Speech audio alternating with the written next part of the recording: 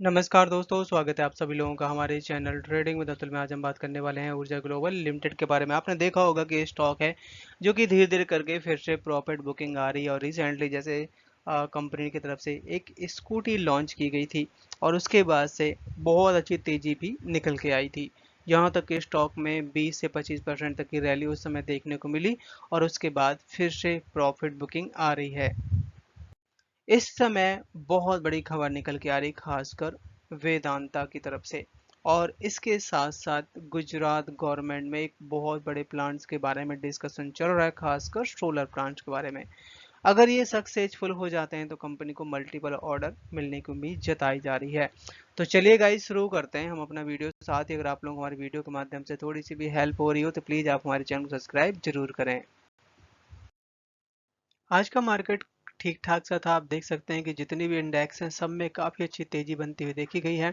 Nifty fifty में करीबन 83 points की, यहाँ तक कि बैंक निफ्टी में 200 पॉइंट्स की, निफ्टी आईटी में भी 200 पॉइंट्स की और स्मॉल कैप के इंडेक्स में 420 पॉइंट तक की तेजी बनती हुई दिखाई दी। फ्राइडे के दिन का मार्केट ठीक ठाक था बट अपने स्टॉक में यहाँ पे मामूली सी प्रॉफिट बुकिंग आई और आप देख सकते हैं कि 36 लाख का वॉल्यूम बना हुआ था। एक विदेशी फर्म है मारकॉम कैपिटल, इनकी तरफ से बड़ी रिसर्च निकल के आई है, खासकर इंडिया की रिन्यूएबल एनर्जी के बारे में। बताया जा रहा है कि रिसेंटली 15 गीगावाट सोलर कैपेसिटी है जो कि हम जनवरी से लेकर जून तक ऐड कर चुके हैं। बात की जाए अगर यहाँ पे विंड टरबाइन की कैपेसिटी के बारे में, तो अभी अपने इंडिया लेवल पे जो भी कंपनियां विंड टरबाइन बनाती हैं, काम करती हैं, वो उनका जो आउटपुट जनरेशन है 3 मेगावाट से लेके 5 मेगावाट के बीच में आता है। बट अगर हम कंपेयर करें वर्ल्ड वाइज, जैसे कि अपने यहाँ की बहुत सारी कंपनियां हैं जो कि बाहर भी प्रोजेक्ट रिसीव करती हैं और सर्विस भी देती हैं, तो बाहर इस समय अभी चाइना सबसे टॉप पे दिखाई दे रहा है। रिसेंटली अभी यहाँ पे मिंग यांग स्मार्ट एनर्जी है जिसने अभी एक बहुत बड़ा माइलस्टोन अचीव किया है और वो आप देख सकते हैं कि एक ही बार में इनका जो ऑफशोर विंड टरबाइन की कैपेसिटी है वो 20 मेगावाट टरबाइन की है और जिससे इनका काफ़ी मतलब छोटे से छोटे स्पेस पे भी बहुत ज़्यादा पावर जनरेट कर पाते हैं। मतलब एक टरबाइन लगाएंगे और आपको 20 मेगावाट का आउटपुट मिलने वाला है, जिसमें बताया जा रहा है कि टरबाइन रोटर डोर डायमीटर की जो रेंज है 260 से लेकर 292 मीटर का रेंज मतलब रहने वाला है। और यही कंपनी है जो कि मिंग यांग जो अनाउंसमेंट भी कर चुकी है कि आने वाले टाइम में 22 मेगावाट तक का टरबाइन लॉन्च कर सकती है इन 2025 में।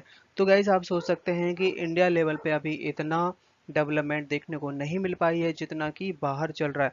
अगर हमें बाहर की कंपनियों को कंपटीशन देना है तो बहुत ज़्यादा इम्प्रूवमेंट की रिक्वायरमेंट की ज़रूरत है। वेदांता है जो कि 1 लाख करोड़ रुपए की अनाउंसमेंट कर चुका है, खासकर राजस्थान में, वो भी रिन्यूएबल एनर्जी के लिए।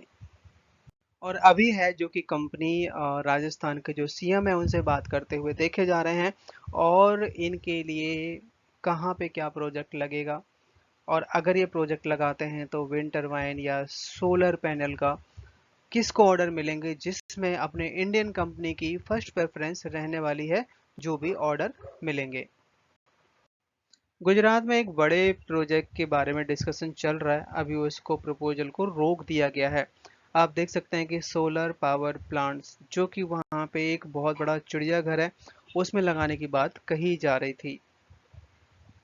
ये बात बिल्कुल सही है कि बहुत बड़ा स्पेस है जो जू है वहाँ का, बट खासकर जू के जो अधिकारी हैं, अगर हम बात करें वहाँ के जितने भी चाहे आपका डियर हो गए, लॉइन हो गए, जो भी वहाँ पे एनिमल्स रहते हैं, उनको हमें अगर सेफ रखना है या फिर जो भी मेंटेनेंस के लिए अगर सोलर पैनल वहाँ पे लगाए जाते हैं उनको भी सेफ रखने के लिए ये चीज़ बहुत ज़रूरी है। उसके लिए ये प्रोजेक्ट को होल्ड कर दिया गया है।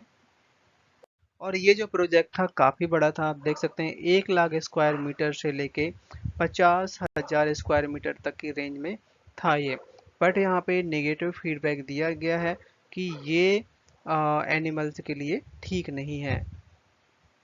बात करें यहाँ पे अगर हम बीएसई इंडिया कारोबार के बारे में, तो आज आप देख सकते हैं कि 38% की डिलीवरी उठाई गई है। आज के दिन स्टॉक ने हाई बनाया 22.18 का, लो बनाया 21.65 का, क्लोजिंग दी 21.76 पे, 1% तक की डाउन साइड दिखाई दी है। चार्ट पर नजर डाली जाए तो यहाँ पे आप देख सकते हैं स्टॉक है जो कि 20 से 25 रुपए की रेंज में काम करता हुआ दिखाई दे रहा है, और 20 रुपए यहाँ पे सबसे बड़ा सपोर्ट है। अगर इसको ब्रेक करता है तो फिर स्टॉक आपको 17-18 रुपए तक के लेवल दिखा सकता है, और 25 रुपए के ऊपर निकलेगा तब यहाँ पे बड़ा ब्रेकआउट दिखाई देगा। जैसे कि अभी हम बात कर रहे थे कि एक नई रिसर्च हुई है और उस नई रिसर्च के जरिए बैटरी की कीमत कम होने वाली है। सो इसी रास्ते पे बहुत सारी कंपनियां हैं जो कि रिसर्च करने लगी हुई हैं, चाहे होंडा देख लो, चाहे आप कोई भी कंपनी देख लो जो बैटरी पे काम करती है। और बताया जा रहा है कि हर साल दर साल इनके जो प्राइस हैं 15% तक के आसपास गिरते हुए दिखाई देंगे, जिससे क्या होगा कि धीरे धीरे करके जो अपनी इंडिया में अभी सबसे ज़्यादा कोल बिजनेस बढ़ता हुआ दिखाई दे रहा है, क्योंकि इंडिया की पॉपुलेशन बढ़ रही है और उस पॉपुलेशन को इलेक्ट्रिसिटी देने के लिए कोल का यूज करना पड़ रहा है, क्योंकि बैटरी के प्राइस इतने ज़्यादा है वो अफोर्डेबल नहीं है। तो अगर यहाँ पे 15% धीरे धीरे करके रेट गिरते हैं तो आने वाले टाइम में 2032 तक काफ़ी अफोर्डेबल बनने वाली है बैटरी, और जिससे रिन्यूएबल एनर्जी की डिमांड पूरी कर पाएगी इंडिया की जो इलेक्ट्रिसिटी है, और उससे जो कोल बिजनेस है काफ़ी हद तक कम हो जाएगा। और गवर्नमेंट भी यही चाहती है, गवर्नमेंट ने टारगेट बनाई रखा है कि 2070 तक हमें 0% कार्बन अचीव करना है। और ये कोयले की डिमांड अभी इसलिए है क्योंकि सोलर और विंड के जो एक्टिविटी है, जो भी ये चलते हैं, खासकर कभी बारिश हो रही होती है तो कभी उतनी हवा नहीं होती है, जिससे उतनी इलेक्ट्रिसिटी जनरेट नहीं होती है, और कभी जनरेट होती भी है तो आपके पास स्टोरेज कैपेसिटी नहीं है। तो अभी इतना कारगर नहीं है जितना कि आने वाले टाइम में होगा, और इसके लिए भाई साहब बहुत सारे लोग यहाँ पे पैसा जबरदस्त तरीके से लगाते हुए देखे जा रहे हैं, खासकर बैटरी की रिसर्च में और बैटरी की डेवलपमेंट में। और बैटरी है लगभग लगभग 83% इलेक्ट्रिसिटी डिमांड जो कि 2032 तक पूरी कर पाएगी। तो आप सोच सकते हैं कि लगभग 17% तक ही कोल बिजनेस का यहाँ पे रिक्वायरमेंट रहने वाली है, और यहाँ तक कि यहाँ पे पूरा तरीके से बता भी दिया गया है कि 50% है जो कि 2030 तक बैटरी की जो कॉस्ट है कम हो जाएगी। रिसेंटली कंपनी है जो कि high speed electric scooter launch कर चुकी है, और जिसकी वजह से कंपनी में बेटर परफॉर्मेंस और बेटर ऑर्डर मिलने की उम्मीद जताई जा रही है। ये जो स्कूटी लॉन्च की गई है मैनेजमेंट की तरफ से, बहुत सारी खूबियां इसमें डाली गई हैं। आप देख सकते हैं कि रिमोट लॉक हो गया, कंफर्टेबल सीट हो गई, disc brake, noise free vehicles, mobile charging point, यहाँ तक कि आपका एंटी थीफ लॉक भी है। साथ साथ यहाँ पे कंपनी है जो कि क्लेम कर रही है कि एक बार चार्ज होने में 100 किलोमीटर ये चलने वाला है, और इसके लिए बहुत अच्छी बैटरी यूज करी गई है।